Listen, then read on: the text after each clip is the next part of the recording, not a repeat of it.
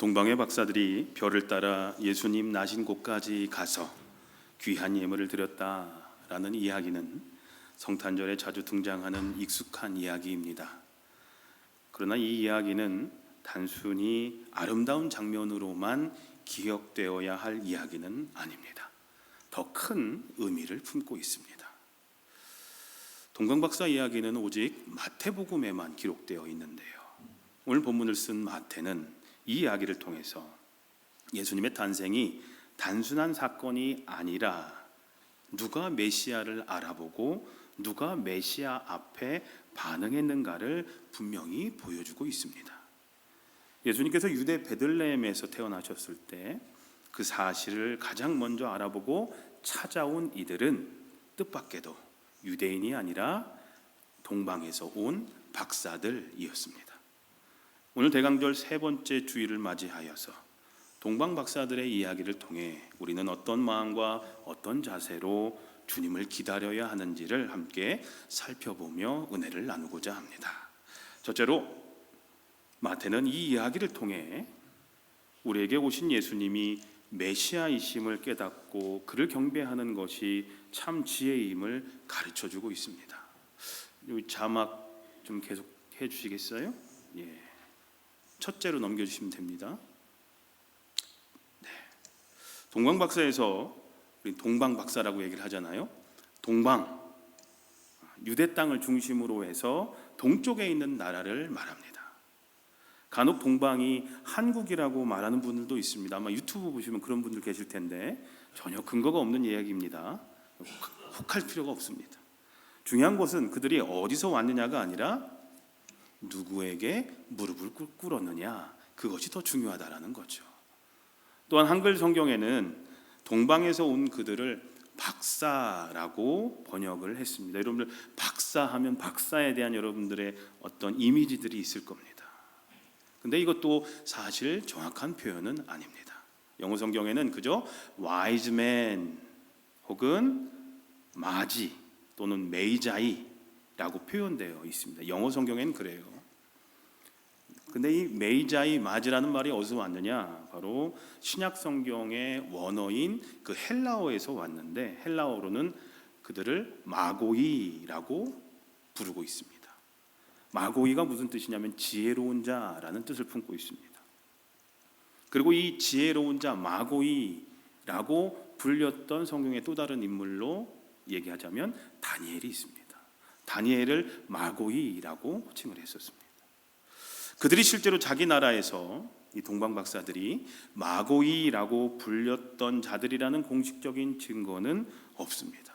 하지만 확실한 것은 마태가 그들을 그렇게 불렀다라는 겁니다.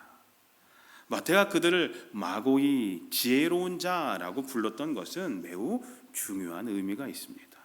마태는 동방박사 이야기를 통해서 예수님이 메시아이심을 깨닫고 경배하러 왔던 그들이 바로 참 지혜로운 자다라는 것을 강조하면서 전하려고 했다라는 겁니다.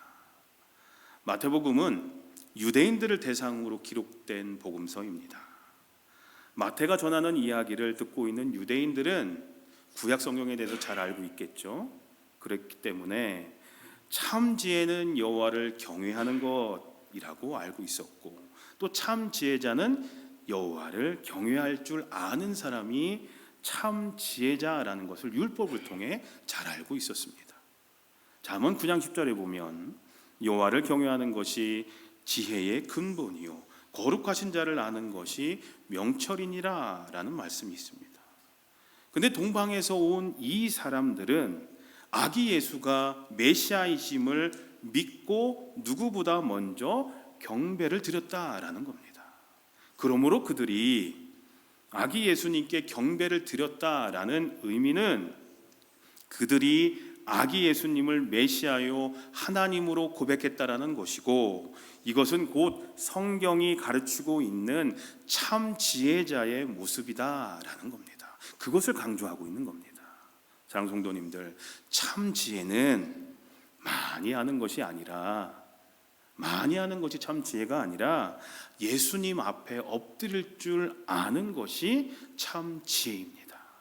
우리도 예수님을 구세주로 고백하면서 그분만을 경외하는 확실한 신앙을 가짐으로 인해서 성경이 인정하는 참 지혜자들이 모두 되시기를 우리 주님의 이름으로 간절히 기도합니다. 둘째로 동방 박사들이 이야기를 통해서 마태가 강력하게 전하려는 메시지는 아기 예수님께 경배를 드렸던 그 사람들이 이방인들이었다라는 겁니다. 오랫동안 간절히 메시아를 기다렸던 민족은 누구였습니까? 유대인들이었죠. 하나님께 선택된 민족으로서 오랫동안 메시아를 기다려왔습니다. 반면에 동방의 박사들은 유대인들이 하나님과는 아무런 관계가 없다고 여기면서 그 당시 유대 사회에서 철저하게 배제하던 이방인들이었습니다. 마태복음은 주로 누구를 대상으로 쓰여진 글이라고 말씀드렸죠? 아까 유대인들 대상으로 쓰여진 글이라고 말씀드렸습니다. 기록한 목적이 유대인들에게 예수님을 전하기 위해서 쓰여진 말씀이 예수님은 이런 분이셨다라는 것을 말해주기 위해 쓰여진 복음서가 마태복음입니다. 근데 마태는 의도적으로 그의 복음서를 읽는 유대인들에게 뭐라고 얘기하는 거냐면요, 먼저 이방인이 먼저 메시아에게 경배를 드렸다라는 사실을 고발하듯이 기록하고 있다라는 겁니다. 너희들이 오랫동안 메시아를 기다렸지, 근데 메시아는 이 땅에 오셨어. 근데 그 메시아를 제일 먼저 찾아가서 경배했던 사람들이 누구냐? 이방인들이었다라는 겁니다. 이것은 그냥 지나쳐버릴 이야기가 아닙니다. 이야기는 혈통적으로 이스라엘 사람이 아닌 우리 같은 사람들에게는 복음이 되는 중요한 이야기이지만 유대인들에게는 수치스러운 이야기고 동시에 도전이 되는 이야기라는 거죠. 누가복음의 얘기를 한번 해보겠습니다. 누가복음에는 예수님을 제일 먼저 찾아왔던 사람들이 누군지 아십니까? 그림을 보시면 아시겠죠. 목자들이었습니다. 근데 누가복음을 기록한 누가의 관심사는 뭐였냐?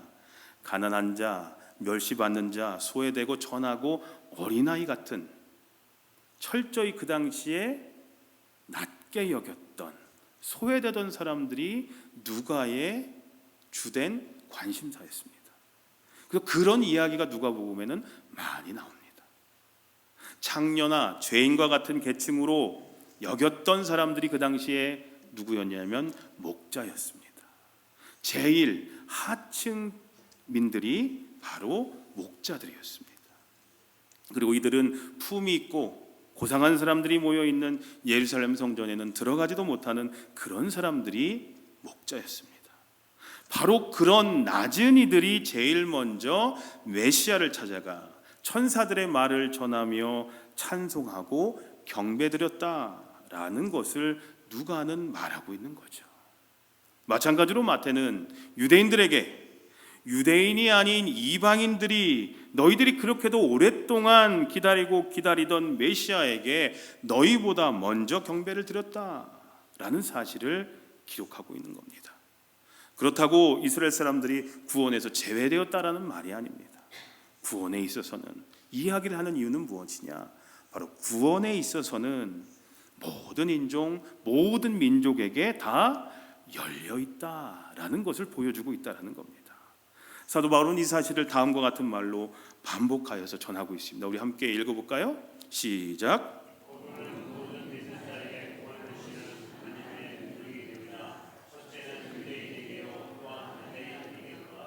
또한 사도 바울은 복음이 유대인들이 아닌 이방인들에게 먼저 전해진 하나님의 뜻을 다음과 같이 설명한 적이 있습니다.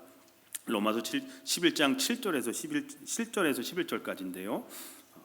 이런 내용이 있습니다. 이스라엘 백성들은 그들이 찾던 것을 얻지 못하였지만 택하심을 받은 사람들만은 얻었습니다. 그들의 허물 때문에 구원이 이방 사람에게 이르렀는데 이것은 이스라엘로 하여금 질투하는 마음을 불러일으키게 하려는 것입니다 라는 말을 합니다. 이미 말씀드렸듯이 동방박사 이야기는 혈통적으로 이스라엘 사람이 아닌 우리와 같은 사람들에게는 복음이 됨은 틀림이 없는 이야기입니다. 복음은 예수님께서 태어나실 때부터 혈통과 민족과 인종을 초월한 것임을 성경이 확실히 증거해주고 있다는 거죠. 복음은 이스라엘 사람들만을 위한 것이 아니라 모든 사람, 모든 인종, 모든 계층에게 복음은 열려 있다라는 사실을 예수님의 탄생 이야기를 통해서 우리는 알 수 있다는 거죠. 사도 바울은 로마서에서 이 사실을 다음과 같이 증거합니다. 우리 같이 한번 읽어보겠습니다. 시작. 사람은 마음으로 믿어서 구원에 이릅니다. 성경은 그를 믿는 사람은 누구나 부끄러움을 당하지 않을 것이다 하고 말합니다. 내 사람이나 그리스 사람이나 차별이 없습니다. 그는 그를 부르는 모든 사람에게 풍성한 은혜를 내려주십니다. 주의 이름을 부르는 사람은 누구나 구원을 얻을 것입니다. 주의 이름을 부르는 사람은 누구나 구원을 얻을 것입니다 라고 말하고 있습니다. 누구나. 사랑하는 성도님들, 그러므로 우리도 복음 앞에서 사람을 가르고 편을 가르고 사람 사이에 벽을 만들기보다 누구든지 품을 수 있는 마음을 가져야 할 줄로 믿습니다. 그것이 예수님의 탄생 이야기를 통해서 우리에게 전달해주고 있는 두 번째 중요한 사실입니다. 복음 앞에 누구도 차별이 없다. 셋째로 마태는 우리가 아기 예수께 해야 할 신앙 고백이 무엇이어야 하는지를 동방박사 이야기를 통해서 전해줍니다. 동방박사들이 아기 예수님께 드렸던 예물은 황금과 유향과 모략이었습니다. 고대 동양 풍습에서 황금과 유향은 왕을 아련할 때, 왕을 만날 때 드리는 예물로 잘 알려져 있었습니다. 그러므로 동방박사들이 황금과 유향을 아기 예수께 예물로 드렸다라는 것은 그들이 아기 예수를 만왕의 왕으로 오신 메시아임을 고백했다라는 뜻입니다. 많은 성서학자들이 동방박사들이 아기 예수께 드리는 황금은 메시아의 왕권을 상징하는 것이고 유향은 예수님의 신성을 상징하는 것이다 라고들 얘기들 합니다. 하지만 그들이 모략을 드렸다라는 것은 놀라운 의미가 있습니다.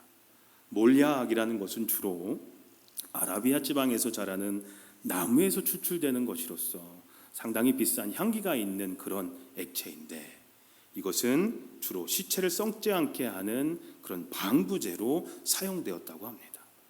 그런데 새로 태어난 아기에게 몰약을 선물로 가져갔다. 얼핏 보면 이해하기 힘든 이야기입니다. 그런데 마태는 그들이 몰약을 아기 예수께 드렸다, 선물로 드렸다는 것을 통해서 예수님께서 세상에 오신 목적이 무엇인지를 강력하게 증거하고 있습니다. 즉 예수님은 세상의 모든 죄를 대속해 주시기 위하여 이 땅에 죽으러 오셨다라는 겁니다.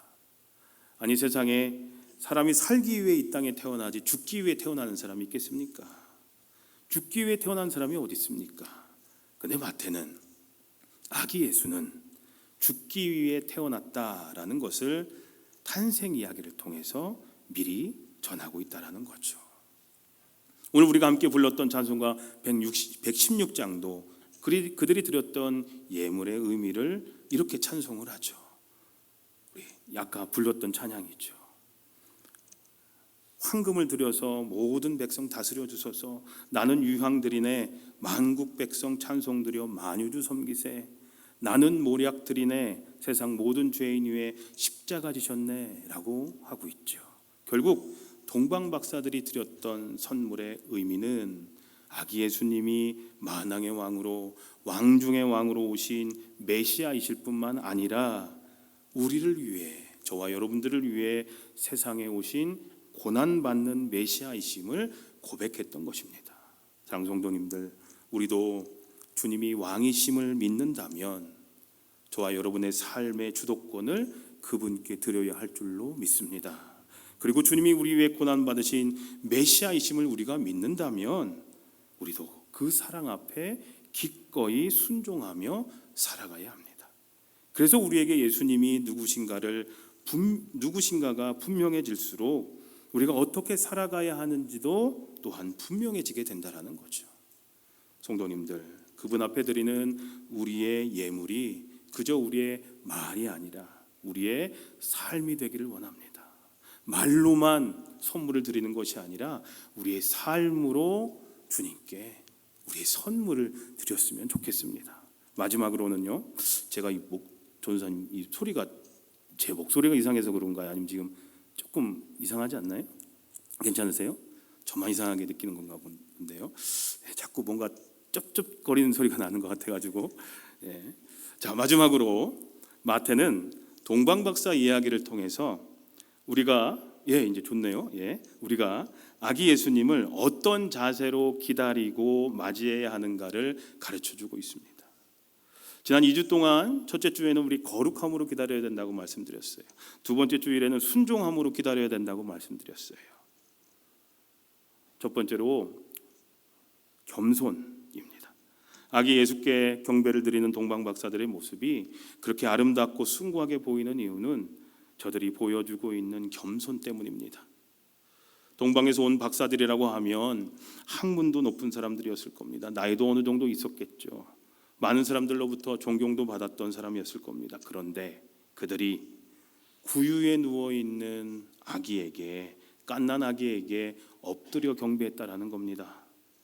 동방에서 온 박사들의 이러한 모습은 우리가 주님 앞에서 마땅히 가져야 할 겸손의 자세를 보여주고 있습니다. 우리가 아무리 많이 배웠어도, 아무리 많이 가졌다라 할지라도, 아무리 세상 여러 가지 경험들이 많다 할지라도, 아무리 세상에 권력과 경험이 많아도 예수님 앞에서는 모두가 동일한 피조물이고 모두가 다 하나님의 은혜가 필요한 존재라는 사실입니다. 오늘 우리 삶 속에서 겸손은 내 경험과 판단을 내려놓고 주님 말씀을 앞세우는 태도가 겸손입니다. 또한 내가 옳다고 주장하기보다는 하나님의 뜻을 먼저 묻는 자세가 겸손입니다. 주님 앞에 엎드릴 줄 아는 사람이 참으로 겸손함을 가지고 주님을 기다리는 사람이라는 거죠. 동방박사의 이야기를 통해서 우리가 아기 예수님을 어떤 자세로 기다리고 맞이해야 하는가? 첫째로 겸손이라면 두 번째는 헌신입니다. 동방박사들은 아기 예수께 귀한 예물들을 드렸습니다.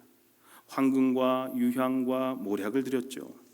그 당시 보통 사람들이 준비하기에는 어려운 것들이었습니다. 그리고 그 당시 교통이 발달되지 않았던 시대에 멀리 동쪽으로부터 베들레헴까지 간다는 것은 그리 쉽지 않은 일이었습니다. 산도 넘어야 하고 물도 건너야 하고 사막을 지나야 했을 겁니다. 도적들의 위험도 있었을 겁니다. 무엇보다 자기들이 하고 있던 일들을 다 내려놓고 멀리 떠난다라는 것은 웬만한 확신이 없고는 절대 쉽지 않았을 겁니다. 그러나 그들은 그들의 삶을 내려놨습니다. 그리고 경배의 길을 떠났습니다. 그들의 희생과 헌신이 없었다면 불가능한 일이었죠. 동방박사들의 여정은 단순한 여행이 아니라 삶의 우선순위를 바꾸는 결단이었습니다. 오늘 우리에게 있어서 헌신은 반드시 모든 것을 내려놓고 먼 곳으로 떠나는 것을 의미하지는 않습니다. 선교하는 거 하러 멀리 가는 것이 헌신을 의미하지는 않습니다.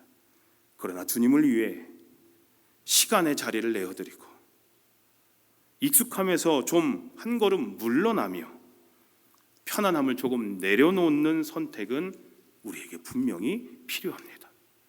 그런 의미에서 오늘날 우리에게 원하시는 하나님의 헌신은 주님을 위해 무엇을 기꺼이 내려놓느냐의 문제입니다. 주님을 위해 무엇을 기꺼이 내려놓겠느냐? 여러분들은 주님을 위해 뭘 내려놓으시겠습니까? 시간입니까? 자존심입니까? 익숙함입니까? 아니면 내 삶의 우선순위입니까? 내려놓지 않으면 변화는 시작되지 않습니다. 내려놓지 않으면 아무 일도 일어나지 않습니다. 비워드리지 않으면 주님도 채우실 공간이 없습니다. 내가 나를 비우지 않는데 어떻게 주님의 것으로 나를 채울 수가 있겠습니까? 멈추어서 결단하지 않으면 우리의 믿음은 언제나 제자리입니다. 동방박사들이 그 내려놓음의 헌신이 그들을 주님 앞으로 이끌었고 그 결단이 그들의 인생을 바꾸었듯이 주님, 제가 이것을 내려놓고 주님께 나아가겠습니다 라는 헌신의 결단이 저와 여러분들에게 있기를 간절히 소망합니다. 장성도님들, 주님의 오심을 기다리는 대강절 세 번째 주일을 보내면서 동방박사 이야기를 살펴봤습니다. 참 지혜는 예수님을 메시아로 고백하는 데서 멈추지 않고 그분 앞에 엎드리는 삶으로 응답하는 데서 완성됩니다. 그리고 구원은 혈통이나 조건이 아니라 겸손히 반응하고 기꺼이 헌신하는 믿음 위에 구원은 열려 있습니다. 이번 대강절 여러분들은 무엇을 더 가지려고 주님을 기다리시겠습니까? 아니면 무엇을 더 내려놓음으로 주님을 맞이하시겠습니까? 이 대강절에 동방박사들처럼 낮아지는 겸손으로 그리고 삶의 자리를 내어드리는 헌신으로 주님을 기다리는 저와 여러분들이 되시기를 간절히 소망합니다. 우리의 삶이 예수님께 드리는 예물이 되고 우리의 기다림이 주님이 기뻐하시는 경배가 되는 은혜의 대강절이 되시기를 우리를 위해 이 땅에 오신 우리 주님의 이름으로 간절히 축원합니다.